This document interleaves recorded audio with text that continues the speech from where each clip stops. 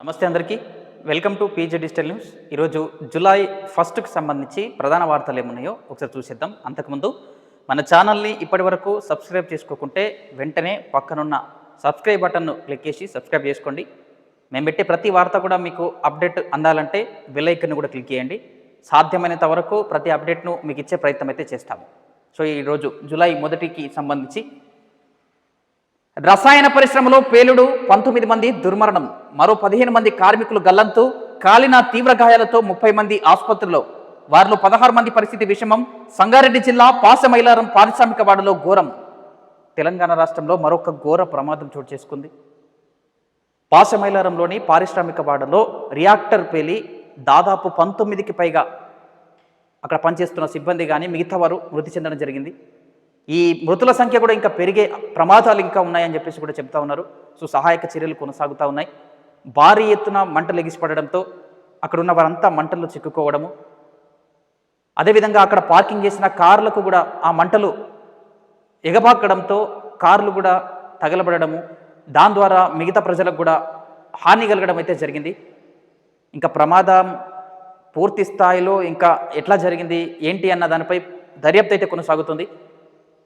So దీనిపై నిన్న సంబంధిత శాఖ మంత్రులు కానీ చాలామంది స్పందించడం జరిగింది. ఈరోజు రాష్ట్ర ముఖ్యమంత్రి రేవంత్ రెడ్డి గారు కూడా అక్కడ సందర్శించి అక్కడ ఎలా జరిగాయన్న విధానాలపై, అదేవిధంగా బాధితులకు చికిత్స అందుతున్న తీరును వారిని పరామర్శించనున్నారు నేడు. సో ఈ 19 మందే కాదు, ఇంకా మృతుల సంఖ్య పెరిగే అవకాశాలు కూడా కనిపిస్తూ ఉన్నాయట. చాలా విషాదమైన ఘటన అని చెప్పొచ్చు ఇది తెలంగాణకు. ఎగ్జాక్ట్గా మనకు కొన్ని రోజుల క్రితము విమానం కూలిపోయి ఒక హాస్టల్పై జరిగిన ఘటన మనం ఇంకా మర్చిపోనే లేదు.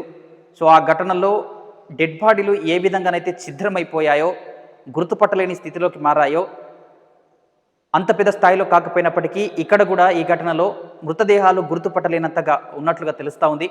మరి DNA టెస్ట్ ద్వారా కూడా మృతదేహాలను గుర్తించి సంబంధిత కుటుంబాలకు అప్పగించే ప్రయత్నం కూడా జరుగుతూ ఉంది. సో మరి ఘటనకు సంబంధించి ఎట్లా జరిగింది ఏంటి అన్న దానిపై రాష్ట్ర ముఖ్యమంత్రి గారు ఎప్పటికప్పుడు ఆరా తీస్తూ ఉన్నారు. సో దీనిపై ఒక కమిటీ కూడా వేయనున్నారు. ఆ కమిటీ నెక్స్ట్ ఫ్యూచర్లో కూడా ఇట్లాంటి ఘటనలు జరగకుండా, పునరావృతం కాకుండా నివేదిక సమర్పించాలని చెప్పి కూడా రాష్ట్ర ముఖ్యమంత్రి ఆదేశాలు జారీ చేసినట్లు కూడా తెలుస్తూ ఉంది. సో ఈరోజు సీఎం రేవంత్ రెడ్డి గారు అక్కడ సంఘటనా స్థలాన్ని పరిశీలించనున్నారు. చికిత్స పొందుతున్న బాధితులను కూడా ఆయన పరామర్శించనున్నారు. ఒకసారి చూద్దాం. ఇక్కడ చూడొచ్చు ఎంత పెద్ద స్థాయిలో మంటలు చెలరేగుతూ ఉన్నాయి, ఎగిసి పడుతూ ఉన్నాయి. ఒక రియాక్టర్ పేలడంతో, పరిశ్రమల్లో పేలుడుతో ఎగిసి పడుతున్న మంటలు, తీవ్రంగా కాలిన గాయాలతో అంబులెన్స్లో కార్మికులు అని చెప్పేసి కూడా చాలా దారుణ ఘటన అని చెప్పొచ్చు. డ్రైయర్ పేలడంతో ఎగిసిన అగ్నికీలలు, 2 కిలోమీటర్ల మేర కంపించిన భూమి, కుప్పకూలిన పరిశ్రమ గెస్ట్ హౌస్, అందులో ఉన్న జనరల్ మేనేజర్ మృతి. పేలుడు సమయంలో విధుల్లో 155 మంది, ముద్దలుగా మృతదేహాలు, DNA పరీక్షలకు చర్యలు, రంగంలోకి దిగిన హైడ్రా, NDRF, ఫైర్ బృందాలు. మృతులు, క్షతగాత్రులు బీహార్, ఒడిశా, తెలంగాణ, ఆంధ్రప్రదేశ్ వాసులు. ఘటనా స్థలిని సందర్శించిన మంత్రులు దామోదర, వివేక, మాజీ మంత్రి హరీష్ రావు. CS నేతృత్వంలో విచారణ కమిటీ. ఘటనపై సీఎం తీవ్ర దిగ్భ్రాంతి, నేడు సందర్శన అని చెప్పేసి కూడా ఘటన జరిగిన సందర్భంలో 155కు పైగా సిబ్బంది అక్కడే విధుల్లో ఉన్నారు. సో మృతి చెందిన వారి మృతదేహాలు ముద్దలుగా కనపడము ఎంతో విషాదాన్ని నింపింది. సో తెలంగాణ మళ్ళీ ఒక ప్రమాదం చోటు చేసుకోవడం అనేది ఆందోళన కలిగిస్తూ ఉన్న ఘటన ఇది. అటు PM కూడా స్పందించడం జరిగింది. ట్విట్టర్ వేదికగా ఆయన కూడా దిగ్భ్రాంతి వ్యక్తం చేయడం జరిగింది.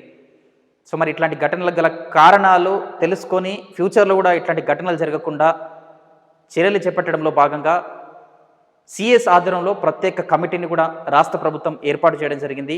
ఆ కమిటీ కూడా అక్కడ విధి విధానాలను అక్కడ పరిశీలించి ఘటనకు గల కారణాలు, ఫ్యూచర్లో జరగకుండా తీసుకోవాల్సిన చర్యలను అధ్యయనం చేసి నివేదిక కూడా ఇవ్వనున్నారు. చూడాలి ఏం జరుగుతుందో ఈ విషయంలో. మిగతా వార్తలు చూస్తే, కమల దళపతి రామచంద్రరావు బీజేపీ రాష్ట్ర అధ్యక్షుడిగా ఏకగ్రీవంగా ఎన్నిక, నూతన సారథిగా నేడు అధికారిక ప్రకటన. కార్యకర్త నుంచి పార్టీ అధ్యక్షుడి దాకా 4 దశాబ్దాల్లో అంచెలంచెలుగా ప్రస్థానం.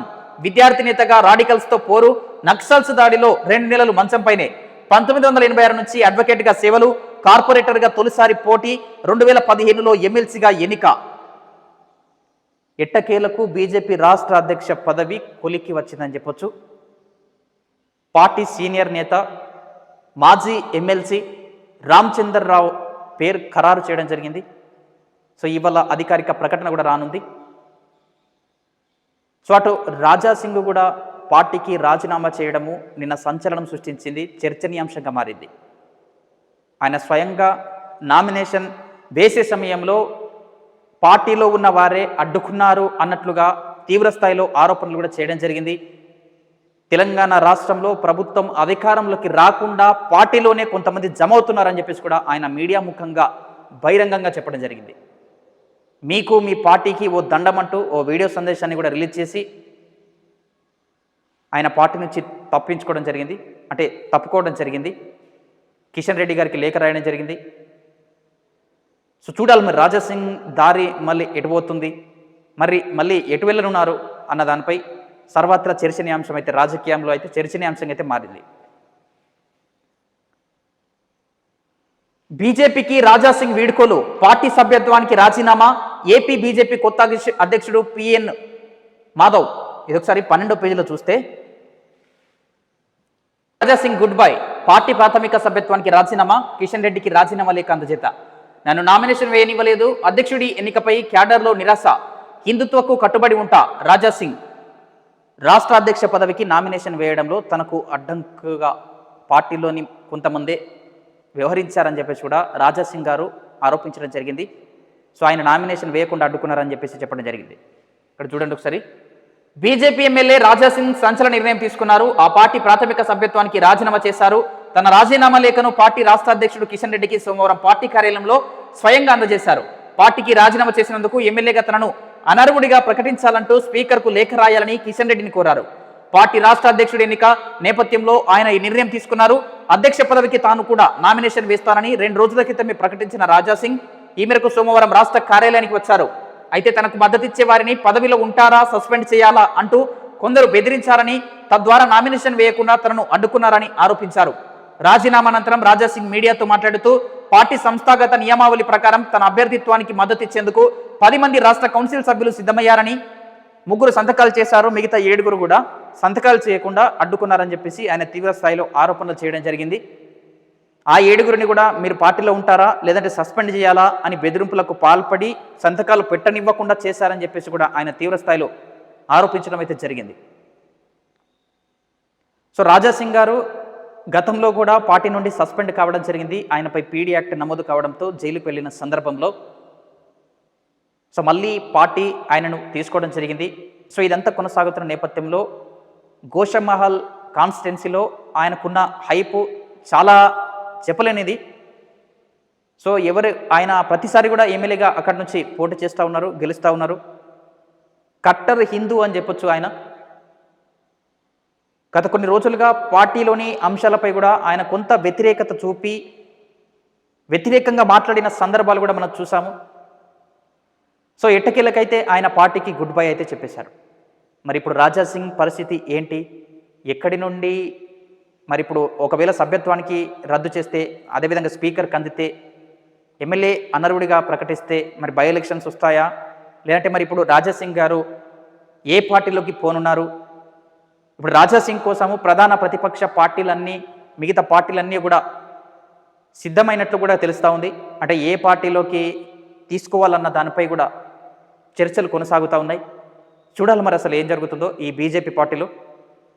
ఎట్టకేలకు రాజా సింగ్ గారు అయితే బీజేపీ నుంచి తొలగడం అయితే జరిగింది. అప్పుడు సస్పెన్షన్, ఇప్పుడు రాజీనామా అని చెప్పేసి కూడా. ఎంపీ రఘునందన్కు కిషన్ రెడ్డి పరామర్శ. పార్లమెంట్ సభ్యుడు రఘునందన్ రావును సోమవారం కేంద్ర మంత్రి కిషన్ రెడ్డి పరామర్శించారు. ఆయన త్వరగా కోలుకోవాలని ఆకాంక్షించారు. కాగా శుక్రవారం నుంచి రఘునందన్ రావు ఆర్థోపెడిక్ సమస్యతో బాధపడుతూ యశోద ఆసుపత్రిలో చికిత్స పొందుతున్నారు. సో రఘునందన్ రావు గారికి ఇటీవల నక్సల్స్ నుంచి బెదిరింపు కాల్స్ రావడం జరిగింది. సో ఆయన చికిత్స పొందుతున్న సందర్భంలో కూడా 2వసారి కూడా ఆయనకు ఫోన్ కాల్ వచ్చినట్లు కూడా తెలిసింది. ఖచ్చితంగా చంపేస్తామని చెప్పేసి కూడా బెదిరింపులు రావడం జరిగింది. ఆయన ఇదివరకే డీజీపీకి, అదేవిధంగా సంబంధిత ఎస్పీకి కూడా ఫిర్యాదు చేయడం జరిగింది. సో నక్సల్స్ నుంచి ఆయనకు లేఖ అందడం, ఫోన్ రావడము, సో ఇదైతే కాస్త చర్చనీయాంశంగా మారింది. ఆయన ఆసుపత్రిలో చికిత్స పొందుతున్న సందర్భంలో కూడా ఫోన్ రావడం జరిగినట్లు తెలుస్తుంది.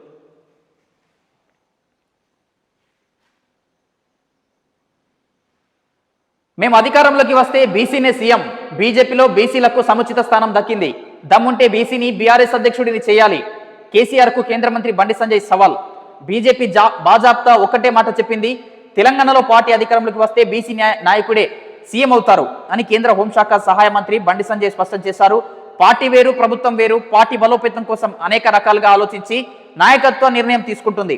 బీసీ అయిన నాకు రాష్ట్ర అధ్యక్ష పదవి ఇవ్వలేదా, లక్ష్మణ్కి ఇవ్వలేదా అని చెప్పేసి కూడా ఈయన తీవ్ర స్థాయిలో మాట్లాడడం జరిగింది.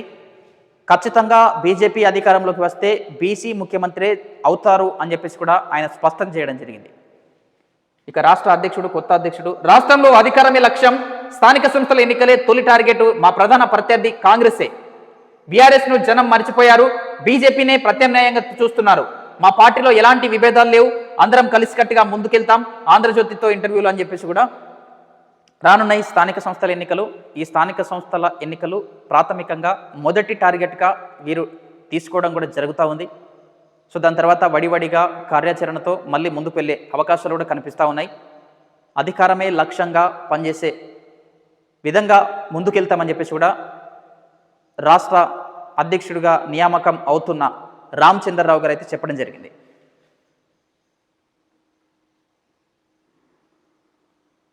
సో 19 మంది మృతం అని చెప్పి ఇంత దారుణమైన విజువల్స్ చూస్తుంటేనే భయాందోళన కలిగించే ఘటనలు ఈ పాషమైలారం ఘటనల్లో.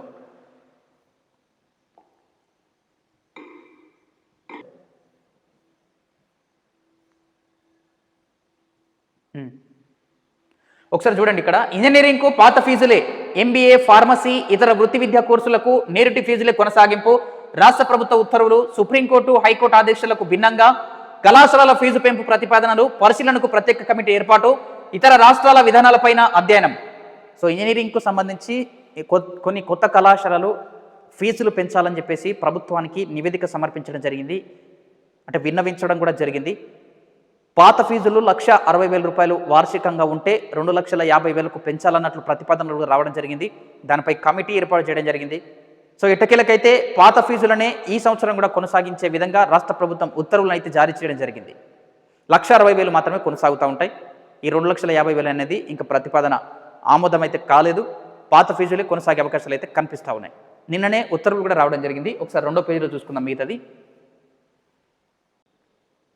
చూడండి ఒకసారి, రాష్ట్రంలో ఇంజనీరింగ్, ఇతర వృత్తి విద్యా కోర్సులకు ఈ విద్యా సంవత్సరంలో కూడా పాత ఫీజులు కొనసాగనున్నాయి. నిబంధనల ప్రకారం 2025-28 విద్యా సంవత్సరం ఫీజులను సవరించాల్సి ఉండగా దీన్ని మరో ఏడాది వాయిదా వేస్తున్నట్లు రాష్ట్ర ప్రభుత్వం ప్రకటించింది. ఇంజనీరింగ్, ఫార్మసీ, ఎంబీఏ, ఇతర వృత్తి విద్య, యూజీ, పీజీ కోర్సుల ఫీజులను యథాతథంగా కొనసాగించనున్నట్టు తెలిపింది. ఈ మేరకు విద్యాశాఖ కార్యదర్శి యోగితా రాణా సోమవారం ఉత్తర్వులు జారీ చేశారు. ఫీజుల సవరణపై ప్రైవేట్ ఇంజనీరింగ్ కాలేజీలు ఇచ్చిన ప్రతిపాదనలు సుప్రీంకోర్టు, హైకోర్టు ఆదేశాలకు అనుగుణంగా లేవని తెలిపారు. ఆయా కళాశాలల ప్రతిపాదనను పరిశీలించేందుకు అధికారులతో ప్రత్యేక కమిటీ వేస్తామన్నారు. ఈ కమిటీ ఫీజుల పెంపు ప్రాతిపదికన పరిశీలిస్తుందని, మరింత మెరుగైన సవరణలు సూచిస్తుందని పేర్కొన్నారు. అలాగే సుప్రీంకోర్టు ఆదేశాలను ఇతర రాష్ట్రాలు ఎలా అమలు చేస్తున్నాయనే అంశాలను కమిటీ పరిశీలిస్తుందని వెల్లడించారు. 2022-25లో పేర్కొన్న ఫీజులనే ఈ ఏడాది కూడా కొనసాగిస్తారు. సో చాలా వరకు ప్రతిపాదనలు అందాయి ఫీజుల పెంపు విషయంలో. ఆ విషయంలో కమిటీ ఏర్పాటు చేసి ఆ కమిటీ కూడా పరిశీలిస్తుంది. అప్పటి వరకు అయితే పాత ఫీజులే కొనసాగనున్నాయి. 2022 నుంచి 25 వరకు ఉన్న ఫీజులే ఈ సంవత్సరం కూడా కొనసాగుతాయి అని చెప్పేసి కూడా ఉత్తర్వులు కూడా జారీ చేయడం జరిగింది. నీరుడు గరిష్టంగా 1,60,000, దాదాపు అన్ని ఇంజనీరింగ్ కళాశాలలు ఫీజులను పెంచాలంటూ ప్రతిపాదనలు పంపాయి. హైదరాబాద్ శివార్లోని అనేక కాలేజీలు ఫీజులను 100% పెంచాయి. గతేడాది ఇంజనీరింగ్లో గరిష్ట ఫీజు 1,60,000గా ఉంది.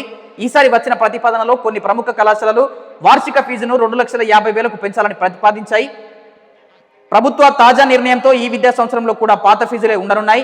వచ్చే విద్యా సంవత్సరంలో అన్ని ఇంజనీరింగ్ కాలేజీలను తనిఖీ చేసి అక్కడి వసతులు, బోధన సిబ్బందికి నిబంధనల ప్రకారం జీతాలు చెల్లిస్తున్నారా లేదా వంటి అన్ని విషయాలు పరిశీలించాలని కూడా ప్రభుత్వం నిర్ణయించింది. 1,60,000 ఉన్న ఫీజును 2,50,000కు పెంచాలని చెప్పి ఆయా కళాశాలలు కూడా ప్రతిపాదించాయి. అయినప్పటికీ పాత ఫీజులే కొనసాగించాలని ప్రభుత్వం నిర్ణయం అయితే తీసుకోవడం జరిగింది. సో ఇది ఆంధ్రజ్యోతి పేపర్కి సంబంధించి. నెక్స్ట్ వేరే పేపర్ చూసే ప్రయత్నం చేద్దాం. రైట్, నెక్స్ట్ దిశ పేపర్ చూద్దాం. ఇందులో ప్రధాన వార్తలు ఏమున్నాయి? 15 మంది దుర్మరణం. ఇది ప్రతి ఒక్క పేపరు ఒక్కొక్క పేపర్ ఒక్కొక్క విధంగా మృతుల సంఖ్యను పేర్కొనడం జరిగింది. ఇంతకుముందు చూసిన దాంట్లో 19 అని చెప్పేసి, ఇప్పుడు దిశలో 15 అని చెప్పేసి. సో అధికారికంగా మృతుల సంఖ్య అనేది ఇంకా తేలలేదు.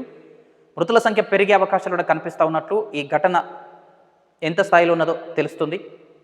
సో మృతుల సంఖ్య ఇంకా అధికారికంగా వెల్లడించలేదు. నేడు సీఎం రేవంత్ రెడ్డి గారు ఆ సంఘటన స్థలాన్ని పరిశీలించనున్నారు. సో DNA పరీక్షలు కూడా జరుగుతూ ఉన్నాయి. డెడ్ బాడీలను గుర్తించడంలో భాగంగా DNA పరీక్షలు జరుగుతూ ఉన్నాయి.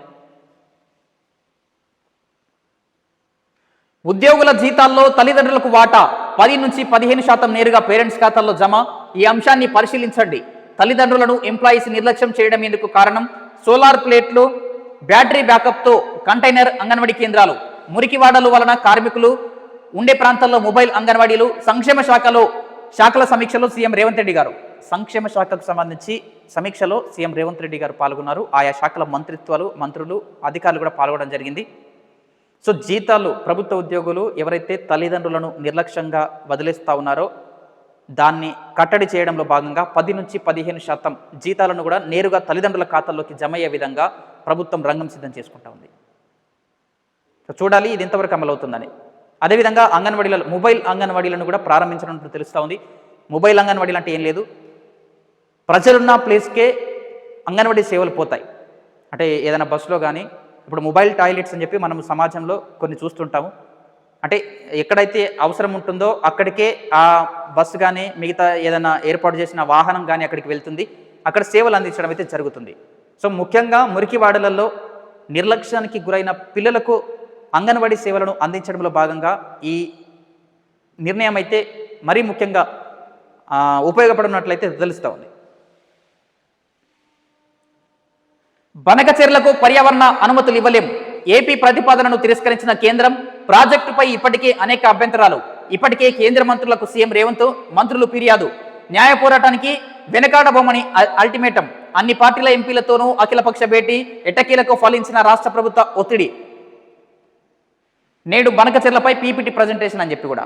బనకచెర్ల ఘటన అనేది గత కొన్ని నెలలుగా 2 తెలుగు రాష్ట్రాలకు సంబంధించి వివాదాస్పదంగా మారిన అంశం మనకు తెలిసిందే. ఈ బనకచెర్ల ఘటనపై అసలు ఏంటి ఈ బనకచెర్ల ఘటన అనే దానిపై మనం స్పెషల్ వీడియో కూడా చేయడం జరిగింది. మన ఛానల్లో ఉంటుంది. ప్లేలిస్ట్లోకి వెళ్ళి స్పెషల్ స్టోరీస్ అండ్ ఇంటర్వ్యూస్ అనే ఆ ఆప్షన్లో మీకు ఆ వీడియో కూడా కనిపిస్తుంది. మీరు అక్కడికి వెళ్ళి చూడొచ్చు. అసలు బనకచెర్ల గోదావరి ఎందుకు ఈ వివాదం తెరపైకి వచ్చింది, దాని పుట్టుపూర్వాలు ఏంటన్న దానిపై పూర్తి వివరణ మీకు ఇవ్వడం కూడా జరిగింది. మ్యాప్ పాయింటింగ్ ద్వారా ఇవ్వడం జరిగింది.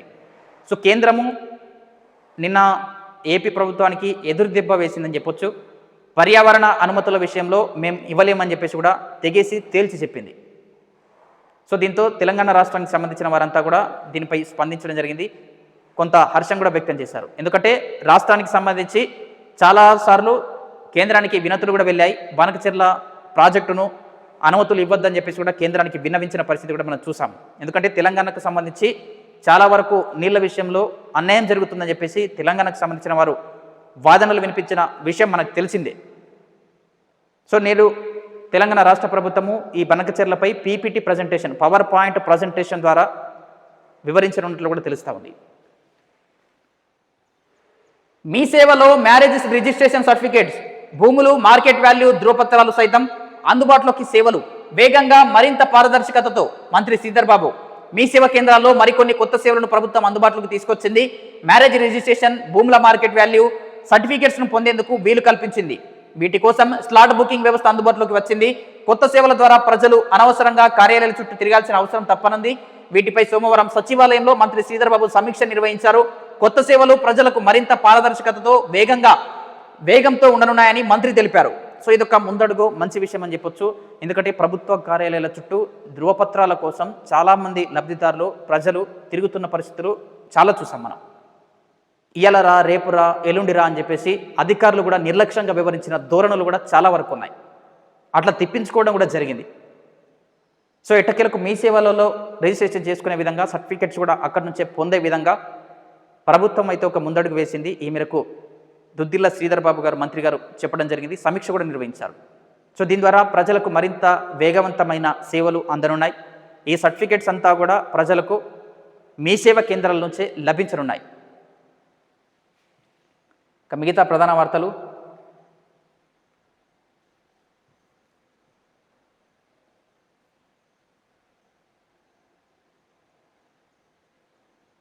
నేడు బీజేపీ చీఫ్ ప్రకటన. మన్నేగూడలో బీజేపీ అధ్యక్ష కౌన్సిల్ సభ్యుల అధికారిక ప్రకటన. వివరాలు వెల్లడించిన కార్యదర్శి ప్రేమేందర్ రెడ్డి అని చెప్పేసి కూడా నేడు అధికారికంగా ప్రకటన రానుంది. రామచంద్రరావు గారు బీజేపీ తెలంగాణ రాష్ట్ర అధ్యక్షుడిగా నియామకం జరుగుతూ ఉంది.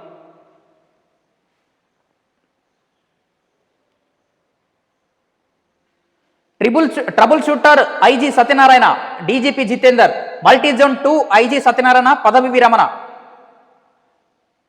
పోలీస్ శాఖలో ట్రబుల్ షూటర్గా మల్టీజోన్ 2 ఐజీ వి సత్యనారాయణ పేరు తెచ్చుకున్నారని డీజీపీ డాక్టర్ జితేందర్ కొనియాడారు. ఎస్ఐగా తన కెరీర్ను ప్రారంభించి డిప్యూటీ సూపరింటెండెంట్ ఆఫ్ పోలీస్గా ఎంపికై ఇన్స్పెక్టర్ జనరల్గా విశిష్టతతో పదవి విరమణ చేశారని ప్రశంసించారు.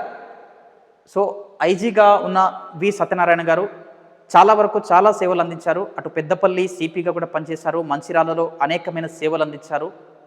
మావోయిస్టు ప్రభావిత ప్రాంతాలలో కూడా ఆయన ప్రత్యేక సేవలు అందించారు. సో ఆయన పదవి విరమణ చేయడం జరిగింది. ఆయన ట్రబుల్ షూటర్గా కూడా డీజీపీ జితేందర్ రెడ్డి గారు కూడా చెప్పడం జరిగింది.